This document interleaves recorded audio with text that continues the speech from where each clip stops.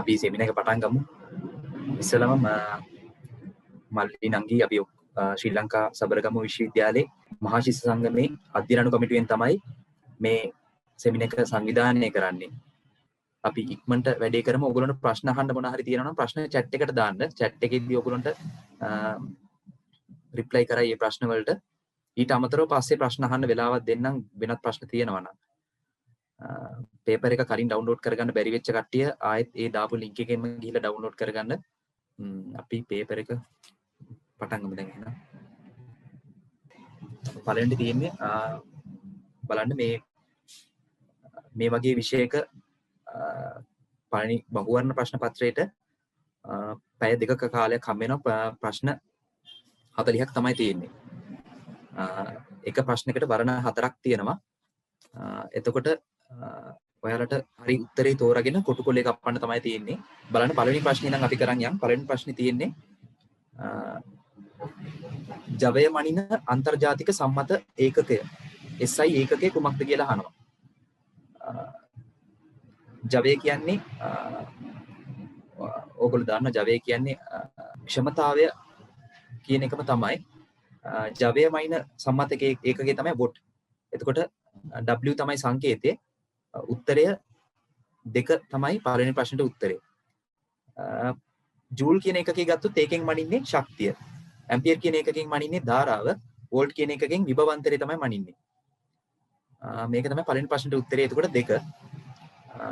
දෙවෙනි ප්‍රශ්නෙට අපි ගියොත් එහෙම පත්‍ර නාරටි හා නාරටි අසල පෙදෙස්වල හරිතක්ෂය ඇතිවන්නේ පහත කුමන ඛනිජ ලවණයේ ඌනතාවයෙන්ද කියලා අහන ප්‍රශ්නේදී. එතකොට නාරටි අතර හරිතක්ෂය කියලා කියන්නේ ශාක පත්‍රයේ කොළයේ නාරටි අතර කොළ පාට නැති වෙලා ගිහිල්ලා තියෙන අවස්ථාවක් වෙන්නේ මොන ඛනිජ ලවණයෙන් නැත්නම් මොන මූලද්‍රව්‍ය හිඟ වුණාමද කියලා අහනවා. මේ ප්‍රශ්නෙට උත්තරේ තමයි සල්ෆර්. මේක ඔයගොල්ලන්ට උගන්වනවා 10 වසරේ පළවෙනි පාඩමේම. මෙතනදී කෙලින්ම තියෙනවා සල්ෆර් වලින් ඇති වෙන්නේ නාරටි අතර හරිතක්ෂය කියලා. ඊළඟට නයිට්‍රජන් දැන් වෙන අනිත් උත්තර ටිකක් බැලුවොත් එහෙම නයිට්‍රජන් වලින් කරන්නේ පරිණත පත්‍රවල කහ පෑයක් ඇති වෙන එක. නයිට්‍රජන් හිඟ වුණාම වෙන්නේ. ෆොස්ෆරස් කියන ඛනිජ ලවණයේ හිඟ වුණාම වෙන්නේ පත්‍ර දම් පාට වීම.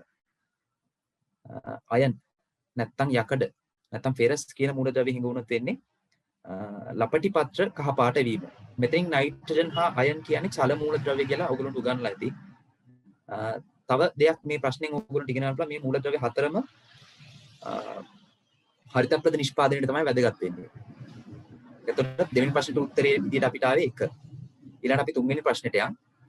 තුන්වෙනි ප්‍රශ්නේ තියෙනවා M නම් මූලද්‍රව්‍යක ක්ලෝරයිඩයේ රසායනික සූත්‍රය MClV.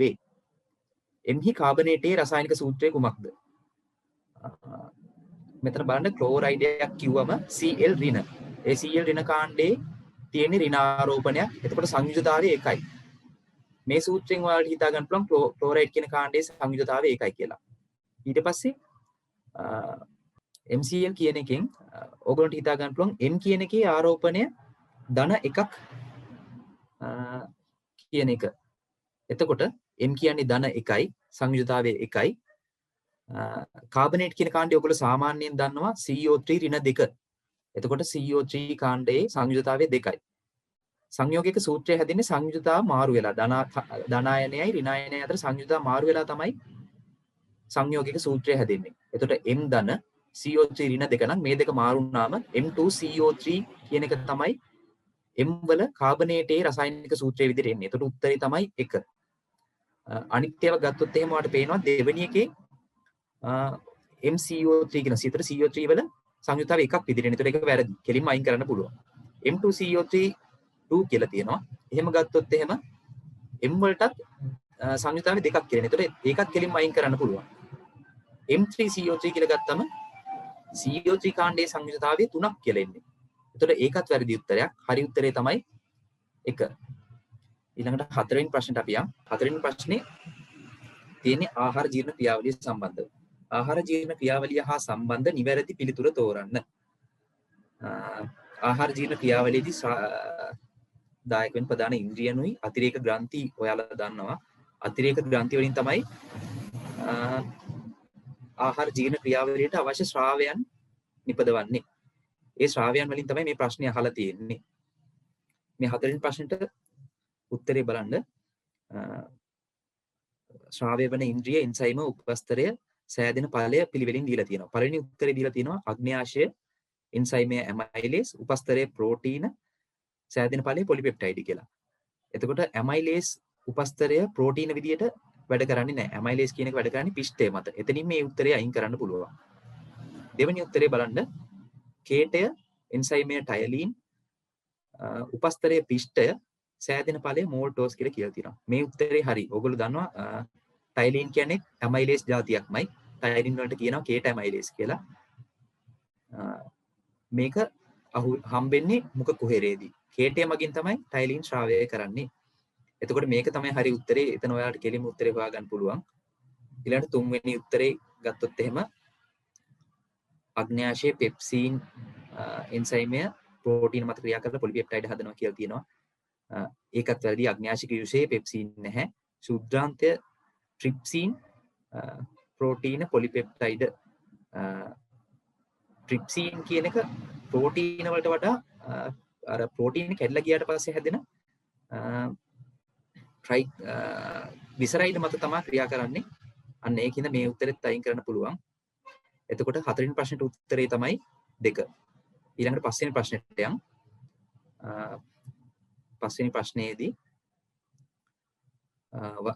වර්ණ 3ක් දීලා ඒකෙන් අහලා තියෙනවා මේවායින් වස්තුවක් මත ක්‍රියා කරන ඝර්ෂණය කෙරෙහි බලපාන සාධක මොනවාද කියලා. ඒ වර්ණ 3 තමයි දීලා තියෙන්නේ වස්තුවේ බර, ස්පර්ශවන පෘෂ්ඨවල ස්වභාවය, ස්පර්ශවන පෘෂ්ඨවල වර්ගඵලය. ඕගොල්ලන්ට ඝර්ෂණය ගැන කියද්දි කියලා තියෙනවා ඝර්ෂණය හොයන සමීකරණයක් තියෙනවා F සමානයි μr කියලා. F කියන්නේ ඝර්ෂණ බලය නම් F සමානයි μr කියලා. μ කියන්නේ ඝර්ෂණ සංගුණකය. R කියන්නේ වස්තුව මත අර පොළවෙන් ඇති වෙන ප්‍රතික්‍රියාව. ඒ කියන්නේ වස්තුවේ බරම තමයි. එතකොට කෙලින්ම ඒ සමීකරණේ ඔයාලට උත්තරේ තියෙනවා වස්තුවේ බර කියන එක ඝර්ෂණයට බලපානවා. එතකොට ඒ කියන වර්ණය හරි. එතන ඉස්සරහින් චූටි හරියක් දාගත්තොත් එහෙම දෙවෙනි එක තියෙනවා ස්පර්ශවන පෘෂ්ඨවල ස්වභාවය.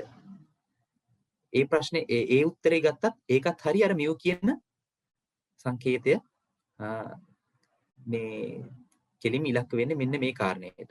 ස්පර්ශවන පෘෂ්ඨවල වර්ගඵලය මත නම් ඝර්ෂණ බලය රඳා පවතින්නේ නැහැ. ඒක හොඳට මතක තියාගන්න. එතකොට මේ ප්‍රශ්නෙට උත්තරේ කියන්නේ A හා B ප්‍රකාශ තමයි හරියන්නේ. එතකොට උත්තරේ විදිහට එක තමයි තෝරන්න ඕනේ. ඒකත් ඔයගොල්ලන්ට තේරෙන්නේ නැති. ඝර්ෂණය කියන්නේ මොකක්ද කියලා ආයෙ මතක් කරොත් එහෙම ඔයගොල්ලන්ට මතක් වෙයි. චලිතයට විරුද්ධව ඇති කරන ප්‍රතිරෝධී බලයට තමයි ඝර්ෂණය කියලා කියන්නේ. අපිට රළු පෘෂ්ඨයක් මත මොකක් හරි ඇදන් යද්දි දැනෙන අපහසුතාවයට තමයි ඝර්ෂණය කියලා කියන්නේ. එතකොට මේ ප්‍රශ්නේ තේරුණා නේද? අපි ඊළඟ ප්‍රශ්නෙට යන් 6 වෙනි එකට. 6 වෙනි ප්‍රශ්නේ තියෙන්නේ මුහුමක් කරලා කොච්චර ප්‍රතිශතයක් මේක කරනවද කියලා දැනගන්න තමයි තියෙන්නේ. මේකෙදි මුහුම ඕගොල්ලෝ අඳින්න ඕනේ. දැන් අපි ගත්තොත් එහෙම මෙතන ප්‍රශ්නේ කියනවා capital B simple B දෙමුහුමකදී F2 පරම්පරාවේ ජනිතයින් අතරින් කවර ප්‍රතිශතයක් දෙමාපිය ප්‍රවේණි දර්ශ පෙන්වයිද? මෙතන එතකොට මව්පිය දර්ශ තමයි capital B simple B කියන්නේ. මව capital B නම් පියා simple B. ඕක අනිත් පැත්ත වෙන්න පුළුවන්. මේක තමයි පළවෙනිට මුහුම් කරන්නේ. අහන්නේ අපිට ඒ වුණාට F2 පරම්පරාව ගැන. ඒ කියන්නේ අපි පළවෙනි මුහුමත් කරලා ඒ ඇති වෙන ජනිතයන් අතර දෙවෙනි මුහුමකුත් කරන්න ඕනි. ඊට පස්සේ දෙවෙනි පරම්පරාවේ ජනිතයින්ගෙන් කොච්චර ප්‍රතිශතයක් දෙමාපිය ප්‍රවේණි දර්ශය. ඒ කියන්නේ capital B හෝ simple B දරනවද කියලා හොයන්න ඕනේ. මේක අපි ඇන්දොත් එහෙම ඔයගොල්ලෝ කොලේක පොඩ්ඩක් ලියා ගන්න capital B වැඩි කිරීම simple B ඊට පස්සේ මේ මාපියන්ගෙන් එනවා ජන්මානු capital B simple B තියෙන හින්දා එක මේ එක්කෙනෙක්ගෙන් එන්නේ එක ජන්මානුවයි. කැපිටල් B කියන කෙනවා අම්මගෙන්, සිම්පල් B කියන කෙනවා තාත්තගෙන්. එතකොට මේ දෙක මුහුම් වුණාට පස්සේ F එක පරම්පරාවේදී තියෙනවා කැපිටල් B සිම්පල් B කියන ජනිතයන් 100ට 100ක් ඇති වෙනවා. ඒ කියන්නේ ඇති වෙන හැම ජනිතයකම කැපිටල් B සිම්පල් B ජනිතයන්. ඊට පස්සේ අපි F2 පරම්පරාවේ හොයන්න නම් මේගොල්ලෝ අතර මුහුම කරන්න ඕනේ. කැපිටල් B වැඩි කිරීම, කැපිටල් B සිම්පල් B වැඩි කිරීම, කැපිටල් B සිම්පල් B. ඒක තමයි දෙවෙනි මුහුම. එතනදී ජන්මාණු හැදෙනවා ಜಾති හතරක්. අම්මගෙන් එනවා කැපිටල් B ජන්මාණුව, සිම්පල් B ජන්මාණුව. තාත්තගෙනුත් එනවා කැපිටල් B ජන්මාණුවත්, සිම්පල් B ජන්මාණුවත්. එතකොට ජන්මාණු ಜಾති හතරයි. එතකොට F2 පරම්පරාව හැදෙනවා මෙන්න මේ ජන්මාණු එකතු වෙලා. F2 පරම්පරාවේ ඇති වෙන ජනිතයෙන් තමයි මේ ටික ලියා ගන්න. කැපිටල් B ඊළඟට කැපිටල් B සිම්පල් B ඊළඟට ආයෙත් කැපිටල් B සිම්පල් B ඊළඟට සිම්පල් B සිම්පල් B. දැන් එතකොට ඔයගොල්ලෝ බලන්න අපෙන් අහ ප්‍රශ්නේදී අහන්නේ දෙමාපිය පරම්පරාවේ මේ ප්‍රවේණි දර්ශ පෙන්නන ගාන. එතකොට කැපිටල් B එක්කෙනෙක් පෙන්නනවා, සිම්පල් B එක්කෙනෙක් පෙන්නනවා. ඒ කියන්නේ ඇති වෙන ජනිතයෝ 4 දෙනෙක්ගෙන් දෙන්නෙක් මාපිය දර්ශ පෙන්නනවා. ඒ කියන්නේ 4න් 2යි.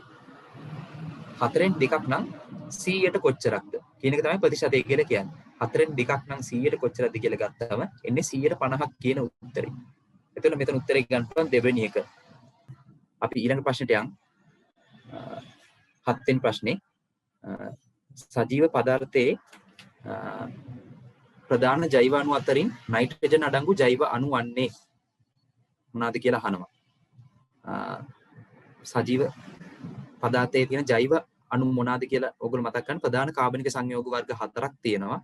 කාබෝහයිඩ්‍රේට්, ලිපිඩ, ප්‍රෝටීන, න්‍යෂ්ටික අම්ල කියන ඒවා. මේ වගේ නයිට්‍රජන් අඩංගු මොනවාද කියලා තමයි මේ ප්‍රශ්නේදී අහන්නේ. ඔයගොල්ලෝ ගත්තොත් එහෙම කාබෝහයිඩ්‍රේට් කියන්නේ කාබන්, හයිඩ්‍රජන්, ඔක්සිජන් කියන එක විතරයි. ප්‍රෝටීන ගත්තොත් එහෙම කාබන්, හයිඩ්‍රජන්, ඔක්සිජන් මීට අමතරව නයිට්‍රජන් හා සල්ෆර් තියෙනවා. ලිපිඩ ගත්තොත් එහෙම ලිපිඩ වල තියෙන කාබන්, හයිඩ්‍රජන් සහ ඔක්සිජන් විතරයි. ඊළඟට න්‍යෂ්ටික අම්ල ගත්තොත් එහෙම කාබන්, හයිඩ්‍රජන්, ඔක්සිජන්, නයිට්‍රජන් වලට අමතරව ෆොස්ෆරස් කියන මූලද්‍රව්‍යයක් තියෙන්න පුළුවන්. එහෙම ගත්තොත් එහෙම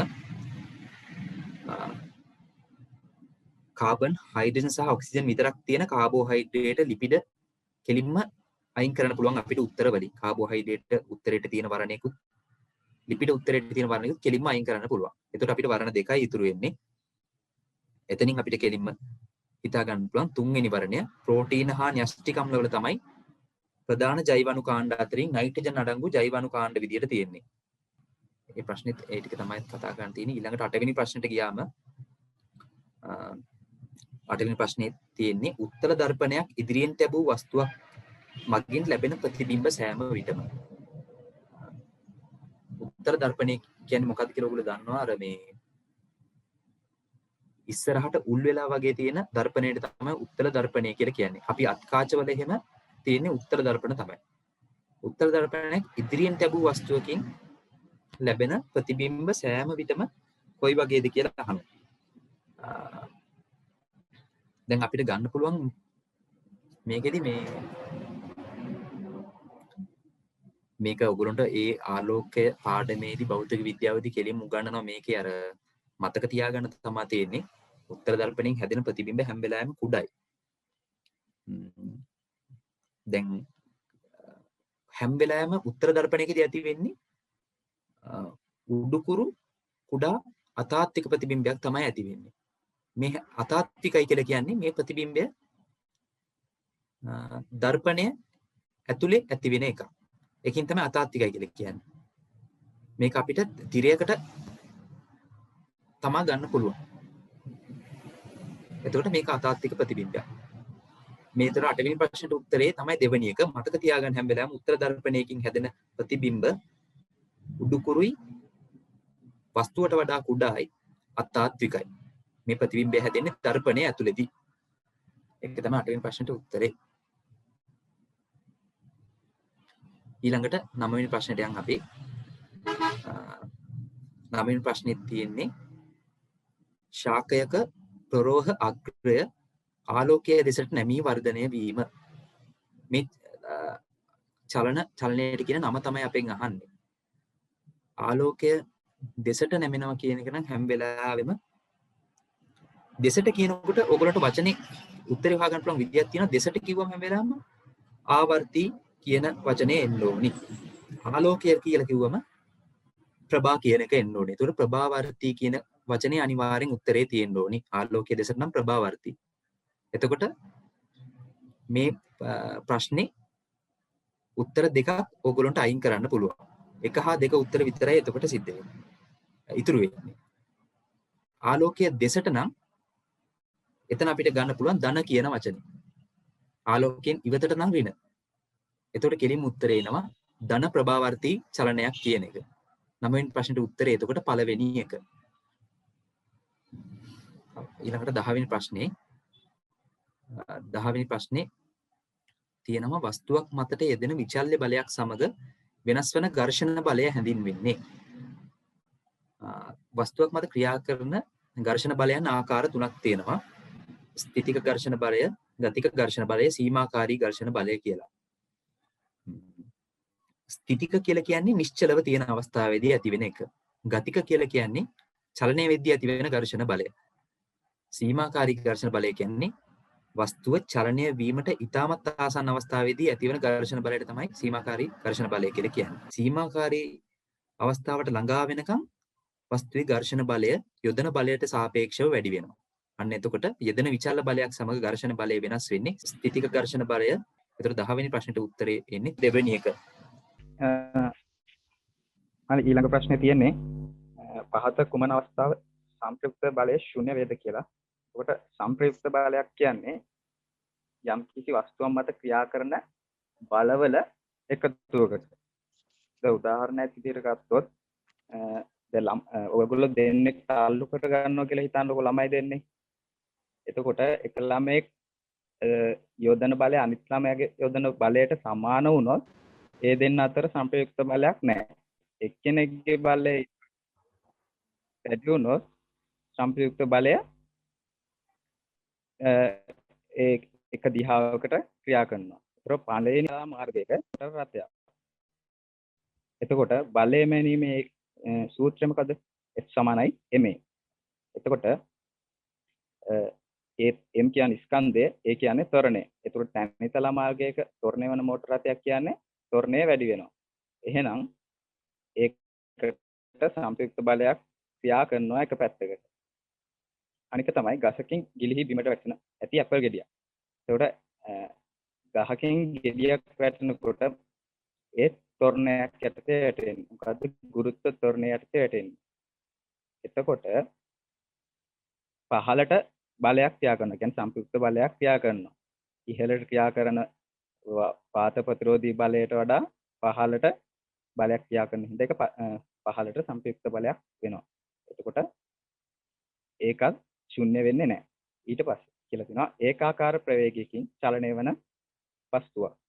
ඒකාකාර ප්‍රවේගයකින් චලනය වන වස්තුවකට ත්වරණය ශුන්‍යයි. ඒ කියන්නේ F = ma කියලා අපි ගන්නකොට ත්වරණය ශුන්‍යයි කියන්නේ බලයක් ක්‍රියා කරන්නේ නැහැ. එහෙනම් ඒකේ සම්ප්‍රයුක්ත බලය ශුන්‍ය වෙනවා. එහෙනම් ඒකට උත්තරේ වෙන්නේ 3. හතරවෙනි එකේ කියලා තියෙනවා පොළොවට ආනත සුමට මතු පිට ලිස්සා යන වස්තුවක්.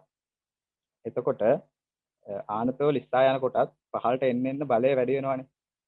දැන් ඕනම වස්තුවක් ආනත තලයකින් තියලා තිබ්බහම පහළට එන්න බලය වැඩි වෙනවා. එතකොට පහළට සම්ප්‍රයුක්ත බලයක් ක්‍රියා කරනවා. එතකොට 11 වෙනි ප්‍රශ්නෙට උත්තරේ එන්නේ 3 වෙනි උත්තරේ. ඊට 12 වෙනි ප්‍රශ්නේ කියලා තියෙනවා ශෛලීය ඉන්ද්‍රිකාවක කෘත්‍ය අතර සම්බන්ධය නිවැරදිව දක්වන වර්ණය තෝරන්න. එතකොට ශෛලීය තියෙන ඉන්ද්‍රිකා මොනවාද?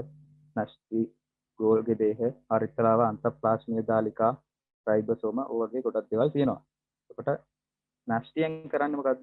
මේකේ කියලා තියෙන්නේ ප්‍රෝටීන සංශ්ලේෂණය කරනවා කියලා. නෂ්ටියෙන් කරන්නේ ප්‍රෝටීන සංශ්ලේෂණයක් නෙමෙයි ප්‍රෝටීන සංශ්ලේෂණයට අදාළ ජාන සැපයීමක් විතරයි කරන්නේ. එතකොට ඒක නිවැරදි උත්තරයක් ලෙස ගන්න බෑ. ඊළඟ එක කියලා තියෙනවා ගොල්ගි දේහය. ගොල්ගි දේහය ශක්තිය නිපදවීමයි කියලා තියෙනවා. එතකොට ශක්තිය නිපදවන්න සාමාන්‍යයෙන් තියෙන ඉන්ද්‍රිකාවක් තමයි මයිටොකොන්ඩ්‍රියාව. ගොල්ගි දේහයෙන් කරන්නේ සාමාන්‍යයෙන් ගබඩා කිරීමේ කෘත්‍යයක් තමයි කරන්නේ. එතකොට දෙවෙනි උත්තරේ වැරදි. ඊට කියලා දෙනවා හරිතලව.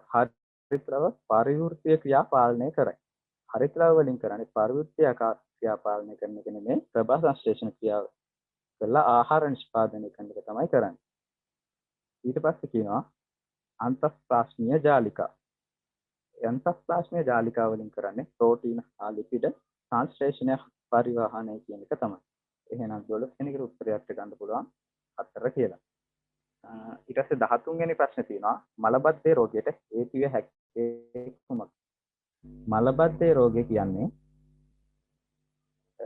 මල පහ කිරීමේ ප්‍රතික ක්‍රියාව නිතර අපි යටපත් කිරීම නිසා ඇතිවෙන රෝගයක්. එතකොට මේකේ කියලා තියෙනවා નિયમિત වේලාවට ආහාර නොගැනීමෙන් මලබද්ධය හැදෙන්නේ නැහැ. එතකොට ඒ කියන්නේ දැන් નિયમિત වේලාවට ආහාර නොගැනීමෙන් හැදෙන්නේ මොකද? ગેස්ට්‍රයිටිස් කියන රෝගය. වැඩියෙන් ජලය පානය කිරීමෙන් ඒකෙදිත් මලබද්ධයට හේතු වන කාරකයන් නෙමේ මලබද්ධය වළක්වා ගන්න තමයි වැඩියෙන් ජලය පානය කිරීම සිදු වෙන්නේ. ඊට පස්සේ මල පහ කිරීම ප්‍රමාද කිරීම. ඒක මලබද්ධය කියන්නේ මොකද්ද? මල පහ කිරීමේ ප්‍රතික ක්‍රියාව යටපත් කිරීමක්. එහෙනම් මේකට හේතු වෙන උත්තරේ තමයි මල පහ කිරීම ප්‍රමාද කිරීම. කෙඳි සහිත ආහාර ගැනීම කියන උත්තරෙත් මලබද්ධය රෝගයට ප්‍රතිකාරයක් විදිහට අපිට ගන්න පුළුවන්. ඒකට මලබද්ධයට හේතු වෙන රෝග ලක්ෂණ දෙකක් බුදු මාර්ගයේ වේදනාව මල පහ කිරීමේ අපහසුතාවය ඇතිවීම. එතකොට ඒකට හේතු වෙන දේවල් තමයි මල පහ කිරීම ප්‍රමාද කිරීම. එතකොට මේක වළක්ව ගන්න අපිට කරන්න පුළුවන් තන්තු සහිත ආහාර ගන්නවා නිසි පරිදි මල පහ කිරීමේ ක්‍රියාව සිදු කරනවා. එතකොට 13 වෙනි උත්තරේට හේතුව විදිහට ගන්න පුළුවන් 3 වෙනි උත්තරේ. ඊට පස්සේ 14 වෙනි ප්‍රශ්නේ තියෙනවා එතීන් හා බියුටේන් යන කාබනික සංයෝග පිළිවෙලින් දැක්වෙන්නේ. S කියන ප්‍රත්‍යයනකොට කාබන් සංඛ්‍යාව දෙකක් තමයි අපි සලකන්නේ. එතකොට කාබන් සංඛ්‍යාව දෙකක් තියෙන්න ඕනේ පළවෙනි එකේ දෙවෙනි එකේ දෙකේම. එතකොට කාබන් සංඛ්‍යාව දෙකට වඩා වැඩි තියෙනවා නම් පළවෙනි එකේ දෙවෙනි එකේ උත්තරේක ඒක අයින් කරගන්න ඕනේ. එතකොට අපිට දෙවන උත්තරේ අයින් කරගන්න පුළුවන්. තුන්වෙනි උත්තරේ අයින් කරගන්න පුළුවන්. එතකොට ඉතුරු එක විතරයි. එතකොට බියුටේන් කියන්නේ බියුට් කියන ප්‍රත්‍යයනකොට කාබන් සංඛ්‍යාව 4ක් වෙන්න ඕනේ. එහෙනම් කාබන් සංඛ්‍යාව 4ක් තියෙන්නේ 4 වෙනි උත්තරේ. ඒ නිසා 14 වෙනි ප්‍රශ්නෙට උත්තරේ විදිහට ගන්න පුළුවන් 4 වෙනි උත්තරේ. 15 වෙනි ප්‍රශ්නේ තියෙනවා ජල තුල්්‍යතාව යාමනය සඳහා වැදගත් වන හෝමෝනය කුමක්ද? ජල තුල්්‍යතාව සාමාන්‍යයෙන් යාමනය වෙන්නේ වකුගඩුව තුළදී. වකුගඩුව තුළදී ජල තුල්්‍යතාවයට දායක වන හෝමෝනයක් තමයි ADH කියන හෝමෝනය. ADH කියන හෝමෝනයේ සිංහල නම තමයි ප්‍රතිමෞල හෝමෝන. එතකොට ජල තුල්්‍යතාව සඳහා යාමනය වැදගත් වන හෝමෝනය පළවෙනි උත්තරෙම තියෙනවා. අපි බලමු ඊළඟ උත්තර තුනක්. ඊස්ට්‍රජන් කියන හෝමෝනේ සාමාන්‍ය ජල තුල්්‍යතාව සඳහා නෙමෙයි දායක වෙන්නේ ත්‍රිපදංග පද්ධතිය ආශ්‍රිත ක්‍රියාවන් සඳහා. තයිරොක්සින් කියන හෝමෝනයත් දායක වෙන්නේ කියන්නේ ඇඟේ කරන ගොඩක්ම ඇඟේ කරන පරිවෘත්තීය ක්‍රියා සඳහා ගොඩක්ම දායක වෙනවා. කැල්සිටොනින් කියන එකත් වකුගඩුව තුළ තමයි නිෂ්පාදනය වෙන්නේ. ඒ වුණාට ජල තුල්්‍යතාව සඳහා දායක වෙන්නේ නැහැ. 16 වෙනි ප්‍රශ්නේ බලමු අපි. නොගැලපෙන යුගලය කුමක්ද? 16 වෙනි ප්‍රශ්නේ නොගැලපෙන යුගලය කියනවා අනුමස්තිෂ්කය කියන්නේ මොළයට පිටුපසින් තියෙන කුඩා කොටස. අනුමස්තිෂ්කයෙන් කරන්නේ දේහයේ සමතුලිතතාව පවත්වා ගැනීම. එතකොට ඒක හරි. ඇඩ්‍රිනලින් කියන්නේ අපි හිතමුකෝ අපේ පස්සෙන් බල්ලෙක් පන්නන් එනවා කියලා. ඒතර බල්ලෙක් පන්නන් එනකොට අපේ ඇඟේ ඇතිවන අර ආදී කියන්නේ බය කියන්නේ අපිට දුවන්න හිතෙනවානේ. එන්නේ දුවන්න හිතෙන කොට ඇඟෙන් ශ්‍රාවය වන හෝමෝනේ තමයි ඇඩ්‍රිනලින් කියන්නේ. ඒකට හදිස්සි අවස්ථාවකදී ක්‍රියා කිරීමට දේහය සූදානම් කරන හෝමෝනේ ඇඩ්‍රිනලින්. එතකොට ඒකත් හරි. ඊට පස්සේ මස්තිෂ්කය කියන්නේ මොළේ. ඒ කියන්නේ මොළේ උඩ කියන්නේ අපේ දේහයේ ක්‍රියා මේ ප්‍රතික්‍රියා පාලනය කරන දෙකක් තියෙනවා මස්තිෂ්කයයි සුසුම්නා ශීර්ෂකයයි. මස්තිෂ්කයෙන් කරන්නේ ඉච්ඡානුක ක්‍රියා පාලනය කරන එක. සුසුම්නා ශීර්ෂකයෙන් කියන්නේ අනිච්ඡානුක ක්‍රියා පාලනය කරන එක. එතකොට මස්තිෂ්කයේ මේකේ කියලා තියෙන්නේ අනිච්ඡානුක පේශි සංකෝචනය පාලනය කරයි. අනිච්ඡානුක පේශි සංකෝචනය පාලනය කරන්නේ මස්තිෂ්කයෙන් නෙමෙයි සුසුම්නා ශීර්ෂකය. ඊට පස්සේ තියෙනවා සුසුම්නා ශීර්ෂකය. සුසුම්නා ශීර්ෂකයේ ප්‍රතික්‍රියා පාලනය කරයි. එතකොට ප්‍රතික්‍රියා කියන්නේ දැන් අයන් රත් වෙච්ච අයන් එකක් අතේ ගෑවිච්ච ගමන් අත එකපාරට අයින් කරගන්න අපි හිතලා නෙමෙයිනේ කරන්නේ. අන්න ඒක වගේ ක්‍රියාවලට තමයි ප්‍රතික්‍රියා කියන්නේ. ඒකත් හරි. 16 වෙනි උත්තරේ ගන්න පුළුවන්. 3 වෙනි උත්තරේ. 17 වෙනි ප්‍රශ්නේ තියෙන්නේ ශාක සෛල තුළ සිදුවන නිර්වායු ශ්වසනයේ අන්තඵලයක් නොවන්නේ මින් කුමක්ද? ශාක සෛල තුළ සිදුවන ස්වායු ශ්වසනය හා නිර්වායු ශ්වසනය කියලා දෙකක්. ස්වායු ශ්වසනයේදී අපිට ආහාර නිෂ්පාදනය කියන්නේ කරලා දායක වෙනවා. නිර්වායු ශ්වසනයේදී වෙන්නේ අර හැදෙන ග්ලූකෝස් ප්‍රමාණය එතනෝල් බවට පත් වෙන එක. එතකොට අන්තඵලයක් ලෙස එතිල් මධ්‍යසාර හැදෙනවා. එතකොට තුන්වෙනි ප්‍රශ්නේ අන්තඵලයක් නිසා ඒක අයින් කරගන්න පුළුවන්. ඊට පස්සේ බලනවා කාබන් ඩයොක්සයිඩ්. කාබන් ඩයොක්සයිඩ් කියන්නේ නිර්වායු ශ්වසනයේදී ග්ලූකෝස් එතනෝල් බවට පත් වීමේදී සිදුවන අතරමැදි ප්‍රතික්‍රියාවේදී ඉපදවන සංයෝග මේ වායුවක්. එතකොට කාබන් ඩයොක්සයිඩ් කියන එක නිර්වායු ශ්වසනයේ අන්තඵලයක් කියලා ගන්න පුළුවන්. ඊට පස්සේ දැන් ග්ලූකෝස් එතනෝල් බවට පත් වෙන්න යම්කිසි ශක්තියක් ඕන වෙනවානේ. එහෙනම් ශක්තියක් ග්ලූකෝස් වලට වඩා එතනෝල් වල ශක්තිය අඩුයි. එතකොට ග්ලූකෝස් වලින් එතනෝල් වලට යනකොට ශක්තිය අපිට පිටතට නිෂ්පාදනය වෙනවා. ඒ නිසා ඒක නිර්වායු ශ්වසනයේදී ශක්තියකුත් අන්තඵලයක් විදිහට ලැබෙනවා. හැබැයි ලැක්ටික් අම්ලය කියන එක නිර්වායු ශ්වසනයේදී තමයි සිදුවෙන්නේ. හැබැයි මිනිස්සුන්ගේ නෙමෙයි, ශාකවල නෙමෙයි, මිනිස්සුන්ගේ සෛල තුළ. එතකොට 17 වෙනි ප්‍රශ්නෙට උත්තරේ විදිහට ගන්න පුළුවන්. අන්තඵලයක් නොවන්නේ ලැක්ටික් අම්ලය. 18 වෙනි ප්‍රශ්නේ තියෙනවා ගුචිකා පෙරණේ කොටසක් පමණක් ප්‍රතිශෝෂණය වන සංඝටකයක් නොවන්නේ. ගුචිකා පෙරණේ කියන්නේ වකුගඩුව තුල තියෙන මුත්‍රා පෙරීමට දායක වෙන කොටස.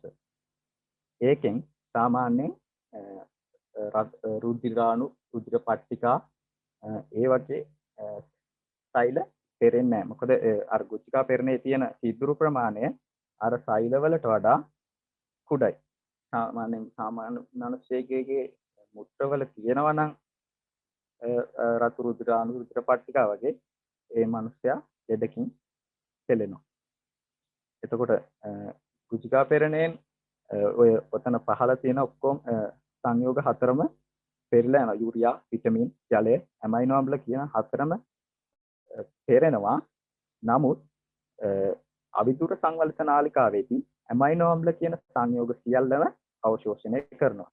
යම් කිසි පුද්ගලයෙක්ගේ ඇමයිනෝ අම්ල තියෙනවා නම් මුත්‍රාවල ඒ මනුස්සයාත් රෝගයකින් පෙළෙනවා කියලා අපිට කියන්න පුළුවන්. ඒතකොට ගුචිකා පෙරණේ කොටසක් පමණ ප්‍රතිශෝෂණය වන සංඝටකයක් නොවන්නේ ඇමයිනෝ අම්ලය. 19 වෙනි ප්‍රශ්නේ තියෙනවා පරිසර දූෂණය හා සම්බන්ධ පහත ප්‍රකාශ සලකා බලන්න. එතකොට අපිට වර්ණ තුනක් දීලා තියෙනවා. පහලින් අහලා තියෙනවා මින් අසත්‍ය වන්නේ කුමක්ද කියලා. ඒකේ දීලා තියෙනවා සියලුම පරිසර දූෂක වර්ග අන්තරාදායක වේ. පරිසර දූෂක වුවහම carbon monoxide, sulphur dioxide, nitric oxide වගේ ඒවා ගන්න පුළුවන්. එතකොට සියලුම පරිසර දූෂක අන්තරාදායක වේ කිව්වොත් අපිට ඒක හරි කියලා ගන්න බෑ. මොකද සමහර කියන්නේ අන්තරාදායක කියන්නේ අන්තරාවක් වෙන්න බලපානවා කියලානේ. සමහර පරිසර දූෂක කියනවා ලොකු අන්තරාවක් වෙන්න දායක වෙන්නේ නැහැ. එතකොට ඒ අසත්‍යයි කියලා ගන්න පුළුවන්. ඊ කියනවා එක් ස්වභාවික සම්පත් දූෂණය තවත් ස්වභාවික සම්පත් දූෂණය හා අන්තර් සම්බන්ධ වේ. එතකොට මේක අපිට හරි කියලා ගන්න පුළුවන්. ඒ මොකද දැන් වනාන්තර විනාශ වීම යන පරිසර දූෂණය ගත්තොත් ඒ හින්දා ජල සම්පත සුරකීම යන පරිසර දූෂණය නැති වෙන්න පුළුවන්. ඒ නිසා B කියන එක අපිට සත්‍යයි කියලා ගන්න පුළුවන්. එතකොට ඒ හරි වෙනවා D වැරදි වෙනවා. තුන්වෙනි එක තියෙනවා මානව සමාජයේ වෙත සිදුවන බලපෑම් සියල්ල පරිසර දූෂණය මත පමණක් රඳා පවතී. මිනිසුන් වෙත වෙන සිදුවන බලපෑම් පරිසර දූෂණයෙන් විතරද වෙන්නේ නෑ. මිනිසුන්ට තියෙනවා රෝග ඇති වෙනවා. එතකොට දැන් මේ දවස්වල වුණත් කොවිඩ් රෝගේ ඇති වෙනවනේ. එතකොට මිනිසුන්ට බලපෑම් සිදු වෙන්නේ පරිසර දූෂණයෙන් විතරක් නෙමෙයි රෝග වලින් වෙනත් බලපෑම් වලින් එනවා. එතකොට C කියන වර්ණය වැරදි කියලා ගන්න පුළුවන්. එතකොට උත්තරේ විදිහට ගන්න පුළුවන් අපිට වැරදි විදිහට A හා C තුන්වෙනි උත්තරේ. ඊළඟ ප්‍රශ්නේ තියෙනවා බලපූර්ණයේ සම්මත ඒකකය කුමක්ද කියලා. බලපූර්ණය කියන්නේ බලය වැඩි කිරීම ලම්බ දුර. එතකොට බලය කියන්නේ F සමානයි ma කියන්නේ බලයනේ. එතකොට බලයේ ඒකක විදිහට අපිට ගන්න පුළුවන් kg ms ඍණ 2 කියලා. එතකොට බලපූර්ණය කියන්නේ බලය වැඩි කිරීම ලම්බ දුර. එතකොට ලම්බ දුර කියන්නේ දුරමයි සම්මත ඒකකය මොකද්ද? මීටර්. එතකොට බලය මැනීමේ ඒකකය kgms ඍණ 2. එතකොට kgms ඍණ 2 වැඩි කරනවා මීටර් වලින්. එතකොට උත්තරේ ගන්න පුළුවන් අපිට බලයට තනිවත් ඒකකයක් ගන්න පුළුවන් නිව්ටන් කියලා. බලය මැනීමේ ඒකකය නිව්ටන්. එතකොට දුර මැනීමේ ඒකකය මීටර්. එතකොට බලය වැඩි කිරීම ලම්බ දුර සමානයි නිව්ටන් මීටර් කියලා ගන්න පුළුවන්. අහන්නේ මෙතන බලපූර්ණයේ සම්මත ඒකකය කුමක්ද කියලා. එතකොට නිව්ටන් මීටර් සමාන වෙනවා ජූල් වලට. හැබැයි බලපූර්ණයේ මැනීමේ සම්මත ඒකකය වෙන්නේ නිව්ටන් මීටර්. ඒ නිසා උත්තරේ 4. 19 වෙනි එකට 1ද 4ද? 19ට මම කියන්නම් ඔයාලට ඇහෙනව නේද? ඔව්. මෙහෙමයි. ඔව් ඇහෙනවා. ඒ එකට තියෙන සියලුම පරිසර දූෂක වර්ග අන්තරාදායකයි කියලානේ. එහෙම නැහැ. සමහර ඒවා තියෙනවා ස්වභාවික තත්ත්වයේ නිෂ්ක්‍රීයව තියෙන පරිසර දූෂක. එතකොට අපිට ඒක අසත්‍යයි කියලා ගන්න පුළුවන්.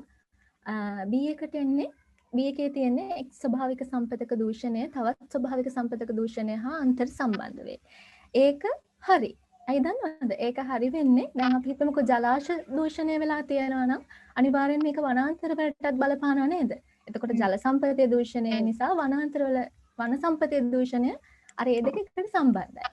එතකොට C එක අසත්‍යයි. එහෙම වෙන්න හේතුව තමයි පරිසර දූෂණය මත විතරක් නෙමෙයි මේ අපේ මානව සමාජය මත බලපෑම් වෙලා තියෙන්නේ. දැන් අපිට මේ කොරෝනා ඇවිල්ලා තියෙනවා. එතකොට ශුද්‍ර ජීවීන් නිසා නේද? අර ඒ වගේ තවත් හේතු සාධක තියෙනවා මේ මානව සමාජයට බලපෑම් මෙල්ල වෙන. එතකොට අසත්‍ය විදිහට ගන්න පුළුවන් A හා C. තේරුණාද ඔයාලට? තුන නේද උත්තරේ එතකොට? ඔව් A හා C. හරි thank you. Thank you. 21 වෙනි ප්‍රශ්නේ තියෙන්නේ හරස්දාම සහිත කෘත්‍රිම බහු අවයවයක්. මේ බහු අවයවික පාඩම ඔයාලගේ 11 ශ්‍රේණියේ දෙවෙනි පොතේ තමයි තියෙන්නේ. හොඳට බලන්න මේ පොලිවයිනල් ක්ලෝරයිඩ් පොලිස්ටයරින් මේ හැම එකකම ව්‍යුහ තියෙනවා. ඔය බහු අවයවික කොටසේ ඔයාලගේ පොතේ. ඉතින් ඒ ටික හොඳට බලන්න. මේකෙන් හරස් දාම සහිත බහුවාවයක එකයි තියෙන ඔයාලගේ පොතේ. ඒ තමයි වල්කනයිස් කළ රබර්. අපි අනිත් ඒවත් බලමු. පොලිවයිනයිල් ක්ලෝරයිඩ් මොනවටද පාවිච්චි කරන්නේ? PVC බට හදන්න නේද? අන්න ඒ වගේ දේවල් වලට පොලිවයිනයිල් ක්ලෝරයිඩ් පාවිච්චි කරනවා. මේක රේඛීය දාමයක් තියෙන බහුවාවය අවිකයක්. පොලිස්ටයිරින් ගත්තොත් රිජිෆෝම් හදන්න පාවිච්චි කරන්නේ පොලිස්ටයිරින්. එතකොට මේකත් රේඛීය දාමයක් තියෙන බහුවාවය අවිකයක්. පොලිටෙට්‍රාක්ලෝරෝඑතීන් මම දන්නේ මේක ඔයාලගේ පොතේ තියෙනවද දන්නේ නැහැ. පොලිටෙට්‍රාක්ලෝරෝඑතීන් පාවිච්චි කරන්නේ ඇඳුම් වල අර වර්ණය ඉවත් කරන්න. එතකොට මේකත් රේඛීය දාමයක්. බලන්න හොඳට පොතේ තියෙනවා මේ ව්‍යුහ ටික. වල්කනයිස් කළ රබර් තමයි පිළිතුර. දැන් හිතන්න එපා රබර් ස්වභාවික නිසා මේක ගන්න පුළුවන්ද කියලා. දැන් රබර් වල්කනයිස් කරනකොට මේක සල්ෆර් එක්කනේ ප්‍රතික්‍රියා කරන්නේ. එතකොට මේක අපි කෘත්‍රිමව තමයි රබර් වල්කනයිස් කිරීම සිදු කරන්නේ. එතකොට මේක කෘත්‍රිම බහුවාවයවිකයක්. මෙහෙම සල්ෆර් එකතු කරලා රබර් කියන අර රේඛීය දාමයට සල්ෆර් මගින් හරස් බන්ධනයක් ඇති වෙනවා. ඒක නිසා තමයි වල්කනයිස් කරපු රබර් වල හරස් දාම ඇති වෙන්නේ. තේරුණානේ? එතකොට ඒකට උත්තරේ එන්න ඕනේ වල්කනයිස් කළ රබර්. ඊට පස්සේ 22 වෙනි ප්‍රශ්නෙට යන්න. ගානක් හදන්නනේ තියෙන්නේ. බලමු. ස්කන්ධය අණුව 10%ක් NaOH අඩංගු ද්‍රාවණ ලීටරයක් දී ඇත. මිලිලීටර් 100ක අඩංගු NaOH මවුල ප්‍රමාණය. මුලින්ම අපි බලන්න ඕනේ සෝඩියම් හයිඩ්‍රොක්සයිඩ් වල NaOH වල සාපේක්ෂ පරමාණුක සාපේක්ෂ අණුක ස්කන්ධය. බලමු. මෙතන සෝඩියම් වල 23යි, ඔක්සිජන් වල 16යි, හයිඩ්‍රජන් වල 1යි. එතකොට කීයද දෙන්නේ? 40යි ග්‍රෑම්. මවුලයට ග්‍රෑම් 40ක් ස්කන්ධයක් තියෙනවා සෝඩියම් හයිඩ්‍රොක්සයිඩ්ට. හැබැයි මෙහෙම වුණාට සෝඩියම් හයිඩ්‍රොක්සයිඩ්ගේ ස්කන්ධය අණුව 10%යි මේ ද්‍රාවණයේ දිය වෙලා තියෙන්නේ. එතකොට ග්‍රෑම් 40කින් 10%යි දිය වෙලා තියෙන්නේ. කොච්චරක්ද කියලා අපි බලන්න ඕනේ. ග්‍රෑම් 40 වැඩි කරන්න 10%න්. එතකොට උත්තරේ තමයි ග්‍රෑම් 4ක්. ඔය ග්‍රෑම් 4 මවුල කරගන්න ඕනේ. අපි දන්නවා එක මවුලයකට ග්‍රෑම් 40යි. ග්‍රෑම් 4ක තියෙන මවුල ගාන බලන්න ග්‍රෑම් 4 40න් බෙදලා එක මවුලකින් වැඩි කරලා බලන්න ඕනේ. එතකොට උත්තරේ එනවා 0.1 මවුල. ඒ කියන්නේ 1 ලීටර් එකක තමයි 0.1 මවුල තියෙන්නේ.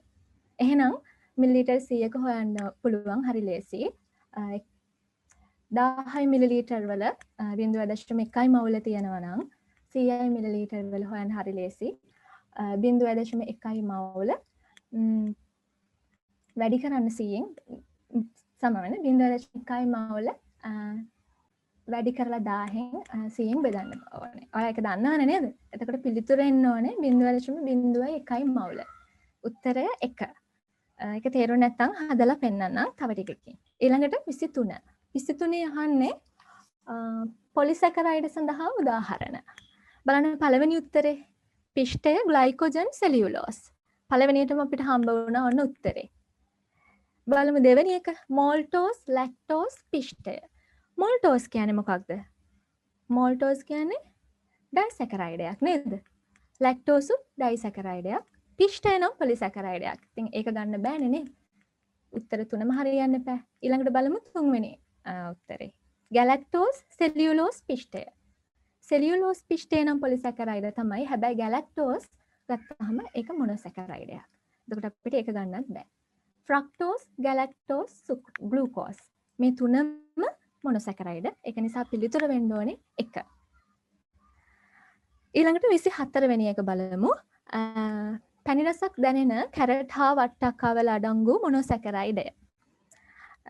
Glucose, sucrose, ෆ්‍රක්ටෝස්, මෝල්ටෝස්. ග්ලූකෝස් අඩංගු වෙන්නේ මොන වගේද? ඉදුණු පළතුරු වල නේද? මේ පැණි වල වගේ ග්ලූකෝස් අන්තර්ගත වෙනවා. සුක්‍රෝස් අඩංගු වෙන්නේ සීනි වල. අපි දන්නවනේ නේද? සීනි වල, ඒ වගේම උක් වල, බීට්රූට් වල සුක්‍රෝස් අන්තර්ගතයි. ෆ්‍රක්ටෝස් තමයි වට්ටක්කා, කැරට් වගේ එළවලු වල පැණි රස ඇති කරන්න දායක වෙන මොනොසැකරයිඩ්. එතකොට ඒකට පිළිතුර 3. 4 බලමු අපි මෝල්ටෝස්. මොල්ටෝස් තියෙන මොනවද? මොල්ටෝස් තියෙනවා ප්‍රරෝහණය වෙන බීජවල. එතකොට 24 වෙනි එකට උත්තරය තමයි ෆ්‍රක්ටෝස්. ඊට පස්සේ 25 වෙනි එක බලමු. රුධිරය කැටි ගැසීමට අවශ්‍ය වන විටමින් A සහ ඛනිජ ලවණය පිළිවෙලින්. අපි බලාගෙන යමු මේ විටමින් වලින් මොනවද කරන්නේ කියලා. විටමින් E වලින් කරන්නේ සෛල වර්ධනය. ඔයාලා දන්නවනේ ඒක නේද? පොතේ තියෙනවා. හොඳට පාඩම් කරගන්න. කැල්සියම් වලින් කරනවා අස්ථි වර්ධනය කරනවා. ඒ වගේම රුධිරය කැටි ගැසීමටත් දායක වෙනවා. එතකොට විටමින් E උත්තරයක් නෙවෙයි. හැබැයි කැල්සියම් නම් රුධිරය කැටි ගැහෙන්න දායක වෙනවා. හැබැයි විටමින් E ගන්න බැරි නිසා පළවෙනි උත්තරය අපි අයින් කරනවා. ඊට පස්සේ දෙවෙනි උත්තරේ බලමු. Vitamin B sodium. Vitamin B පාවිච්චි වෙන්නේ විටමින් B වලින් කරන්නේ ස්නායු පද්ධතිය සෞඛ්‍ය සම්පන්නව තියාගන්නවා. ඒ වගේම රතු රුධිරානුසාධන පාවිච්චි වෙනවා මෙයාව.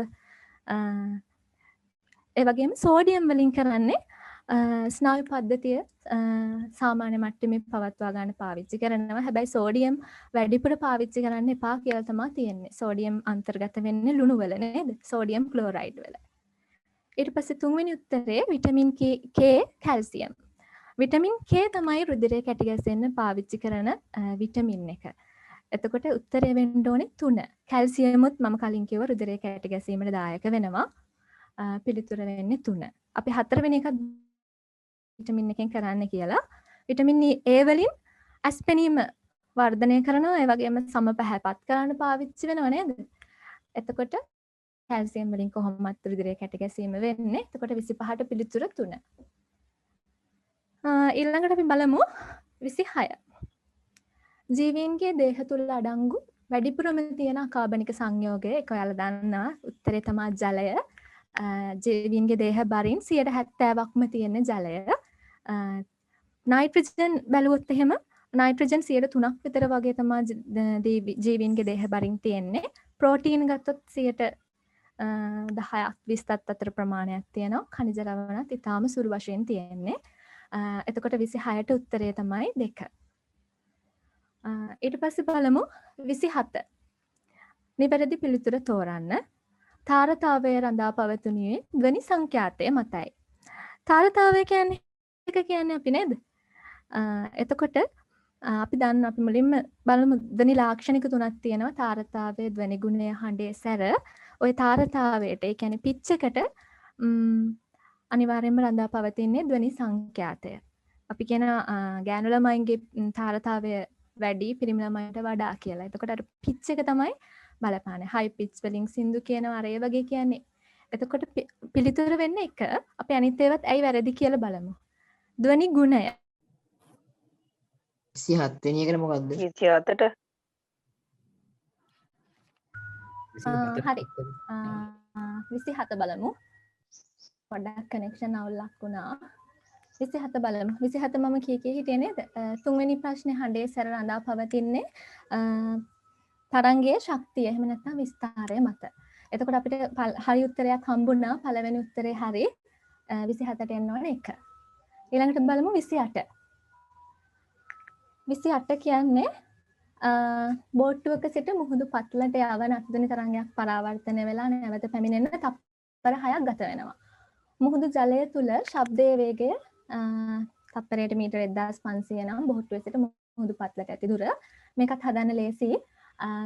බෝට්ටුවේ ඉඳන් මුහුදු පත්ලට යවන ওই තරංගය මුහුදු පත්ලෙත් වැදිලා ආපහු එන්න තමයි තප්පර 6ක් ගත වෙන්නේ. එතකොට එහෙනම් මුහුදු පත්ලට යන්න ගත වෙලා තියෙන කාලය ඔය මුළු කාලයෙන් භාගයයි. ඒ කියන්නේ තප්පර 3ක් තමයි ගත වෙලා තියෙන මුහුදු පත්ලට යන්න. එතකොට කියලා තියෙනවා මුහුදු ජලය තුළ ශබ්දයේ වේගයක් දීලා තියෙනවා තප්පරයට මීටර 1500ක් යනවා කියලා.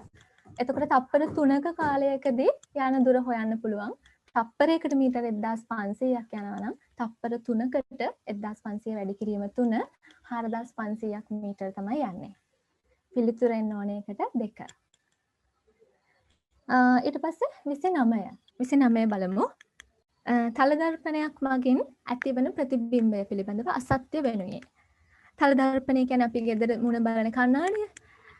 මේකේ අසත්‍ය වෙනුයේ අතාත්විකයි කියනවා. තිරයකට ගන්න බෑ. ඒක හරි නේද? තිරයකට ගන්න බෑ අපිට අර තල දර්පණයක් ඉස්සරහින් වස්තුවක් තිබ්බොත් ඒක ප්‍රතිබිම්බය. ඊළඟට 2 තිරයක් මත ගත හැකිය. අරකම තමයි කියලා තියෙන්නේ. එතකොට ඒක තමයි වැරදි වෙන්න ඕනේ. තල දර්පණයක් ඉස්සරහා තියපු වස්තුවක ප්‍රතිබිම්බය තිරයක් මත ගන්න බෑ. එතකොට 29ට පිළිතුර 2 3 පාර්ශවික අපවර්තනයක් පෙන්වයි. වම දකුණ මාරු වෙලා තමයි පෙන්වන්නේ. ප්‍රතිබිම්බ දුරත් වස්තු දුරත් සමානයි. ඒකත් හරි. එතකොට 29ට උත්තරය වෙන්න ඕනේ 2. ඊළඟට 30 දෛර්ඝික රාශියක් වන්නේ බර කාලය වේගය දුර. පිළිතුර වෙන්න ඕනේ 1. ඒක විස්තර කරන්න දෙයක් නැහැ නේද? බර තමයි දෛර්ඝික රාශිය.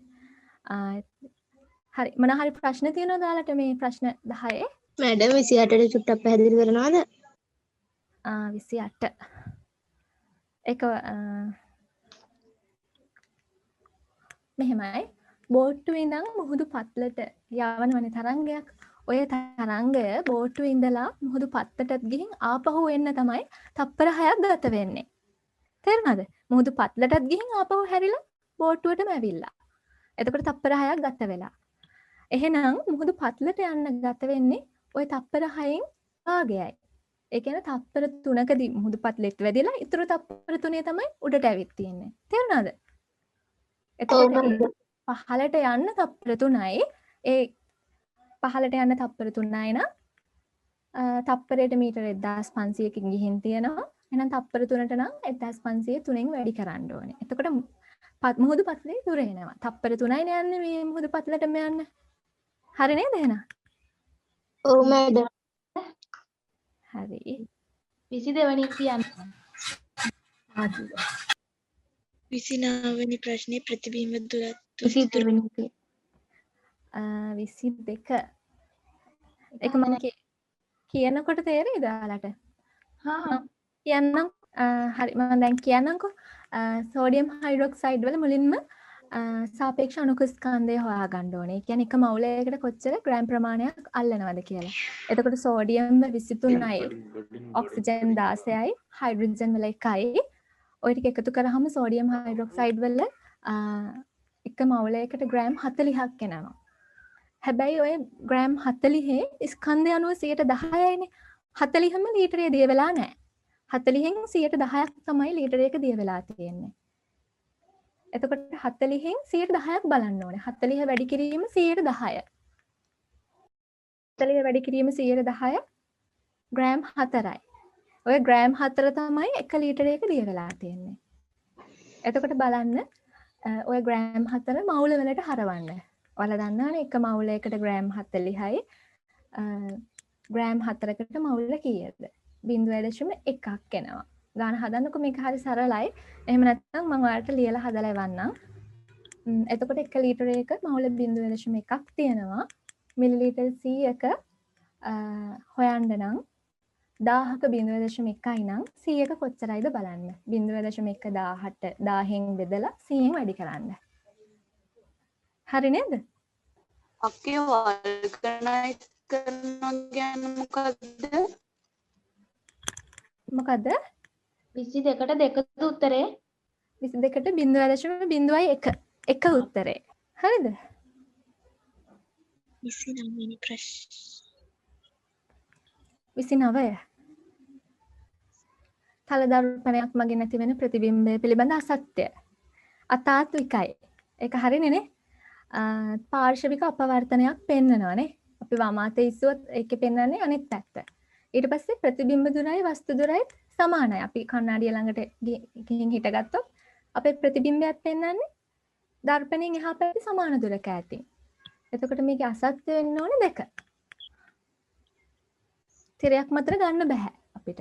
එකම තමයි ඔය අතාත්විකයි කියලා කියන්නේ. හරි. හරිනේ එහෙනම්? 31 වෙනි ප්‍රශ්නේ. 31 වෙනි ප්‍රශ්නේ තියෙන්නේ ආයෙත් කර්මාන්ත ගැන ප්‍රශ්නයක්ම තමයි. මෙතනදී කියනවා ශාක තෙල් වලින් මාගරින් නිෂ්පාදනය කිරීම සඳහා භාවිතා කරන වායුව වන්නේ. මාගරින් නිෂ්පාදනය ගැන ඔයගොල්ලන්ට කර්මාන්ත පාඩමේදී උගන්වනකොට හයිඩ්‍රජනීකරණය කියලා පියවරක් උගන්වනවා. අන්න ඒක හින්දා ඒකෙන් ඔයාලට උත්තරේ මතක් කරගන්න පුළුවන්. මේකට එන උත්තරේ තමයි H2. ඒ කියන්නේ අක්කේ කියන්න මම මේ ප්‍රශ්නේ කියන්නම් එතකම්. හයිඩ්‍රජනීකරණයේදී බලාපොරොත්තු වෙන්නේ තෙල්වල ඒකාකාර ස්වභාවය පවත්වාගෙන ගිහිල්ලා මේකට ඝන තත්ත්වයට ටිකක් ඝන තත්ත්වයට ගන්න තමයි හයිඩ්‍රජන් එකතු කරන්නේ. ලොකු පීඩනයක් යටතේදී හයිඩ්‍රජන් එකතු කරනවා හයිඩ්‍රජනීකරණය කියන පියවරේදී. එතකොට H2 තමයි උත්තරයට එන්නේ. ඊළඟට අපි 32 වෙනි ප්‍රශ්නෙට යමු. 32 වෙනි ප්‍රශ්නේදී තියෙන්නේ බාෂ්මික මාධ්‍යයේදී ෆිනොප්තලීන් වල වර්ණය කුමක්ද කියලා. ෆිනොප්තලීන් කියලා කියන්නේ අම්ල භෂ්ම ප්‍රතික්‍රියාවලදී අපි වර්ණ විපර්යාස මැනගන්න යොදා ගන්න දර්ශකයක්. බාෂ්මික මාධ්‍යයේදී මේක ඔයගොල්ලෝ කටපාඩමේ තියෙන්න ඕනේ. නිල් පැහැයෙන් තමයි තියෙන්නේ. මේක මතක තියාගන්න විදියක් මම ඔයගොල්ලන්ට කියන්නම්. අනිල බරණි කියලා ලියා ගන්න ඕගොල්ලෝ. අනිල බරණි. අනිල කියන්නේ ආම්ලික මාධ්‍යයේදී නිල් පාට රතු පාට වෙනවා. බරණි කියන්නේ බාෂ්මික මාධ්‍යයේදී රතු පාට නිල් පාට වෙනවා. මේ ෆිනොප්තලින් දර්ශකයේදී වර්ණ විපර්යාස වෙන විදිය. මේක මතක තියාගත්තා නම් ඔයගොල්ලන්ට මේ වගේ ප්‍රශ්න වලට උත්තර දෙන්න පුළුවන්. ඊළඟට අපි 33 වෙනි ප්‍රශ්නෙට යමු. 33 වෙනි ප්‍රශ්නේ තියෙන්නේ ජලය මවුල 10ක් තුල සෝඩියම් හයිඩ්‍රොක්සයිඩ් මවුල 2ක් දිය කළ විට ලැබෙන ද්‍රාවණයේ සෝඩියම් හයිඩ්‍රොක්සයිඩ් වල මවුල භාගය වන්නේ. මවුල භාගය කියලා කියන්නේ ඒ ද්‍රාවණයේ අඩංගු ද්‍රාවකවල මුළු මවුල වලින් අපෙන් අහන සංඝටකයේ කොච්චර මවුල ගාණක් තියෙනවද කියන එක. ඒ කියන්නේ අපෙන් අහන සංඝටකයේ මවුල ගාණ බෙදීම ද්‍රාවණයේ මුළු මවුල ගාණ. මේ ගාණේ හැටියට නම් සෝඩියම් හයිඩ්‍රොක්සයිඩ් මවුල ගාණ බෙදීම ද්‍රාවණයේ මුළු මවුල ගාණ. මේ ගාණේ කියලා තියෙනවා ජලය මවුල 10ක් තියෙනවා කියලා. සෝඩියම් හයිඩ්‍රොක්සයිඩ් මවුල 2කුත් තියෙනවා කියලා තියෙනවා. ඒ කියන්නේ ද්‍රාවණයේ මුළු මවුල 12ක් තියෙනවා. ඒ 12න් 2ක් තමයි සෝඩියම් හයිඩ්‍රොක්සයිඩ් මවුල. ඒ කියන්නේ 12න් 2යි. නැත්තම් 2 බෙදීම 12යි. ඒ කියන්නේ මේක සරල කරාම 6න් 1යි. ඒ කියන්නේ මේ ප්‍රශ්නෙට උත්තරේ එන්නේ දෙවෙනි උත්තරේ.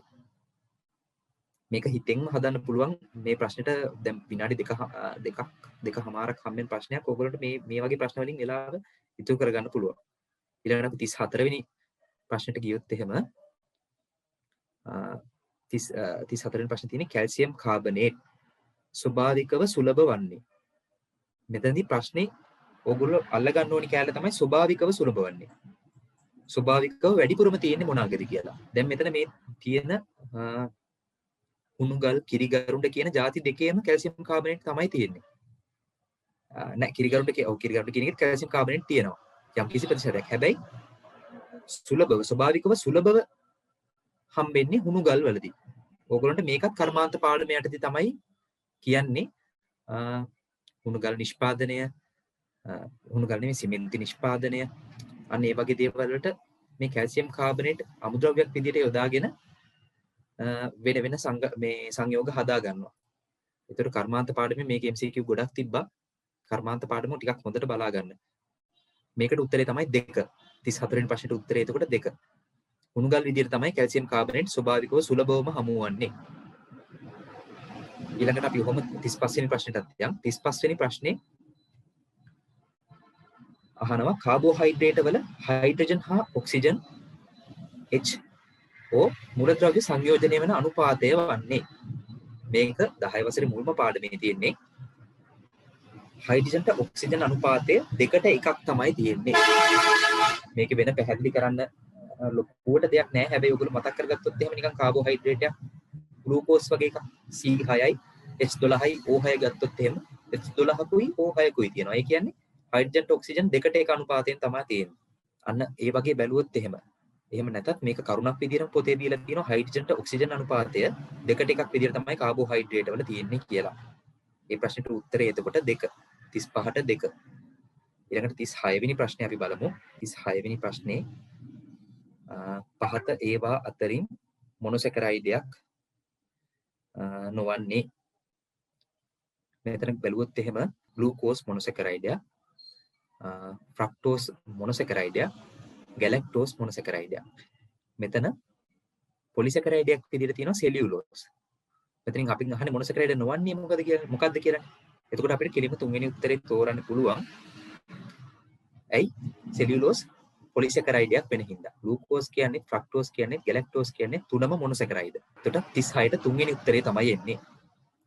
37 වෙනි ප්‍රශ්නට යන් ඊළඟට ඉක්මනට 37 වෙනි ප්‍රශ්නේ තියෙන්නේ පහත වගන්ති අතුරින් සාවද්‍ය ප්‍රකාශය තෝරන්න. සාවද්‍ය කියලා කියන්නේ වැරදි ප්‍රකාශය කියන එක තමයි අහන්නේ මේ. ප්‍රශ්න හොඳට කියවලා මේක තේරුම් ගන්න බලන්න.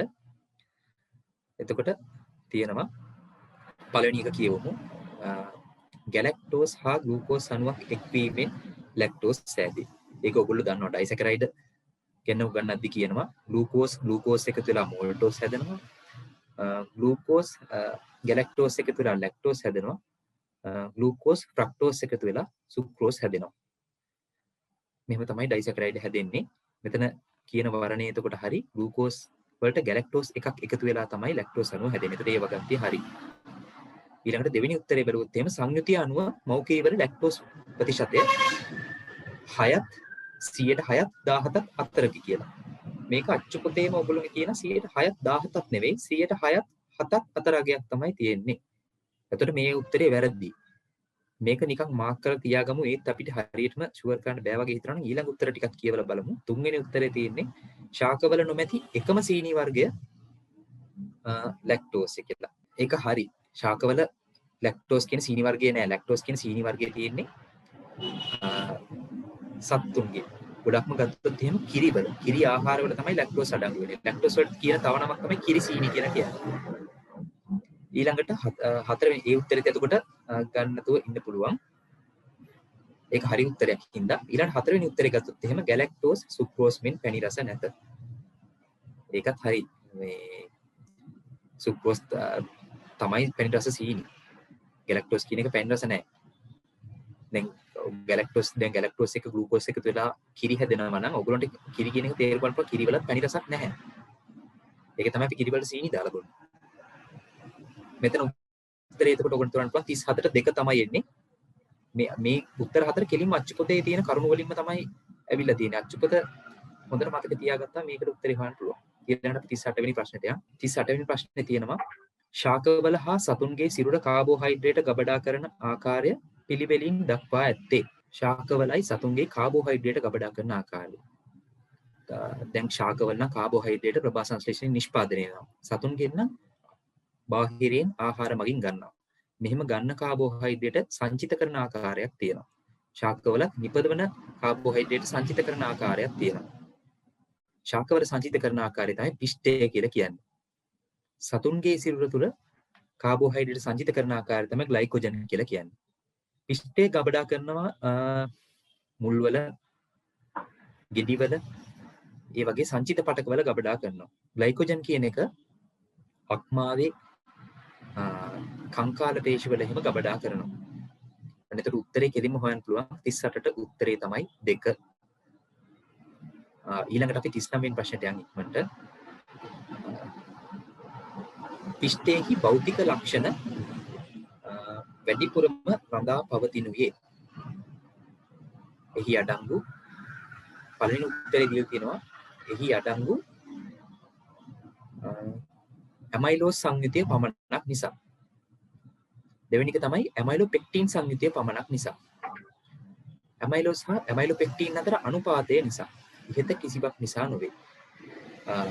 ගත්තොත් එහෙම භෞතික ලක්ෂණ වලට සංයුතිය කියන එක බලපාන්නේ නැහැ.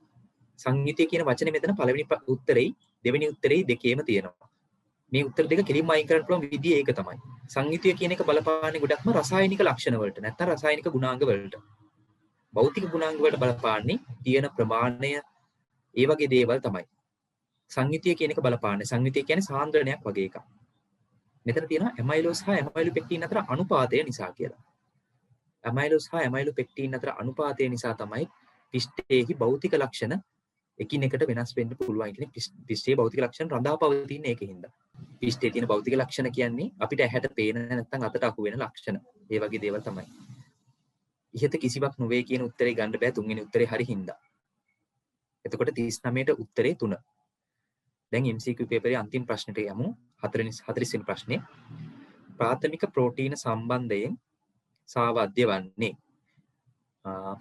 එය ආකාර දෙකක් ලෙස පවතී. මේ උත්තරේ පොඩි අල්ලගන්න කෑල්ලක් තියෙනවා. ආකාර දෙකක් කියලා කිව්වට ප්‍රාථමික ප්‍රෝටීන වල ව්‍යුහ ආකාර හතරක් තියෙනවා. මුලින්ම අපි ගත්තොත් එහෙනම් ප්‍රෝටීන වල ව්‍යුහ ආකාර හතරක් තියෙනවා. ප්‍රාථමික ව්‍යුහය, ද්විතීයික ව්‍යුහය, තෘතීයික ව්‍යුහය, චාතුර්ථක ව්‍යුහය කියලා. ප්‍රාථමික ව්‍යුහයේ තියෙන රේඛීය ආකාරය. ද්විතීයික ව්‍යුහය කියලා කියන්නේ ගොඩක් සංකීර්ණ බන්ධන වලින් බැඳිලා තියෙන ව්‍යුහයක්. තෘතීයික ව්‍යුහය කියන්නේ ගෝලීය ආකාරයට තියෙන ප්‍රෝටීන. ඔය එන්සයිම වගේ ඒවා තියෙන තෘතීයික ව්‍යුහය කියන එකකින්. චාතුර්ථක ව්‍යුහය කියලා කියන්නේ ගොඩාක්ම සංකීර්ණ එකක්. ගොඩාක් ලොකු බල වලින් බැඳිලා තියෙන ප්‍රෝටීන ආකාරයක්. හිමොග්ලොබින් වගේ ලේවල තියෙන ප්‍රෝටීන තියෙන්නේ චාතුර්ථක ව්‍යුහයෙන්. දැන් ගත්තොත් එහෙම ප්‍රාථමික ප්‍රෝටීන ආකාර දෙකක් තියෙනවා තමයි. හැබැයි නිකන් ආකාර දෙකක් නෙමෙයි ව්‍යුහ ආකාර දෙකක් තමයි තියෙන්නේ. දෙවෙනි උත්තරේ ගත්තොත් එහෙම එය රේඛීය ව්‍යුහයකි. ඒ උත්තරේ හරි. තුන්වෙනි එක ගත්තොත් එහෙම තැනුම් මේකකයේ ඇමයිනෝ අම්ල වෙයි. ප්‍රෝටීන වල කොහොමද තැනුම් මේකකයේ ඇමයිනෝ අම්ලනේ.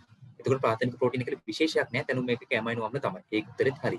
හතරවෙනි උත්තරේ ගත්තොත් එහෙම තැනුම් මේකක අතර පෙප්ටයිඩ් බන්ධන පවතී. කොහොමත් ඇමයිනෝ අම්ල පෙප්ටයිඩ් බන්ධන වලින් බැඳිලා තමයි ප්‍රෝටීනේ හැදෙන්නේ. නැත්නම් පොලිපෙප්ටයිඩ් දාමයක් විදියට හැදෙන්නේ පෙප්ටයිඩ් බන්ධන වලින් බැඳිලා තමයි. ඒ උත්තරෙත් හරි. නිකම්ම ප්‍රෝටීන ගැන විතරක් හිතුවොත් එහෙම ඔයාලට උත්තර දෙකක් හරි කියලා හිතා ගන්න පුළුවන්. ඒ 3යි 4යි. ප්‍රාථමික ප්‍රෝටීන කියන එකෙන් දෙවෙනි උත්තරේ හරි කියලා හිතා ගන්න පුළුවන්.